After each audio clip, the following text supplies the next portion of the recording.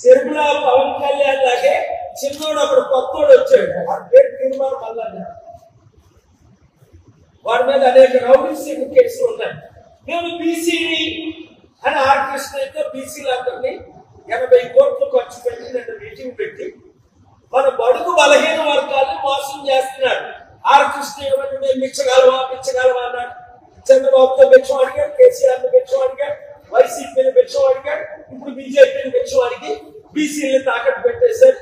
వాడు శిష్యుడే తీర్మానం వల్ల దానికి రుజువే నిన్న తెలంగాణలో మీటింగ్. బీసీలాగా మనం అమ్ముడుకోవాలా? 60% ఉన్నది.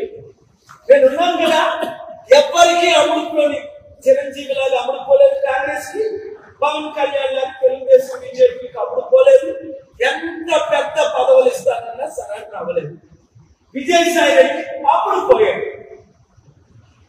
పాపం జగన్మోహన్ రెడ్డి జైల్లో పెట్టించి రాష్ట్ర చంద్రబాబు నాయుడు లీక్ చేసి పవన్ కళ్యాణ్ సీఎం చేయడానికి అక్కడ తెలంగాణలో ఏకనాథ్ సింగేలా కాంగ్రెస్ ని 4 ముక్కలు చేసేసారు.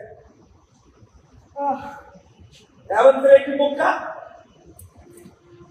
జగ్గారెడ్డి ముక్క, పొంగులేటి శ్రీనివాస్ రెడ్డి ముక్క, బట్టి విక్రమార్క ముక్క, ఈ 4 15 ఎమ్మెల్యేలు ముక్కలు చేసి తెలంగాణలో బీజేపీ గవర్నమెంట్ ఫార్మ్ చేయడానికి ఇప్పుడు కేసీఆర్ కూడా బీజేపీతో చేతులు కలిపాడు. ఇంకా అందరూ ఇలా అమ్ముకుపోతే అందుకనే కేసీఆర్ గారికి చెప్పాను, అవసరమైతే నా మద్దతు ఉంటుంది, మీరు బీజేపీలో కలవకండి. కవితని జైల్లో ఉన్నాయండి, ఇంకా 10 మందిని జైల్లో పెట్టండి, కేటీఆర్ జైల్లో పెట్టండి. నీతి నిజాయితీ ఉన్నవారు అమ్ముడుకోరు. విజయసాయి రెడ్డి అమ్ముడుపోయాడు, తలకు 90 కూర్చున్నాడు.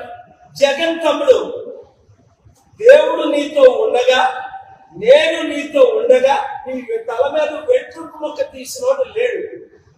దేవుడిచ్చిన నేను ఇచ్చిన సలహాల ప్రకారం వెళ్తే జయము నిశ్చయము రాష్ట్ర ఇబ్బందులు తీస్తాం.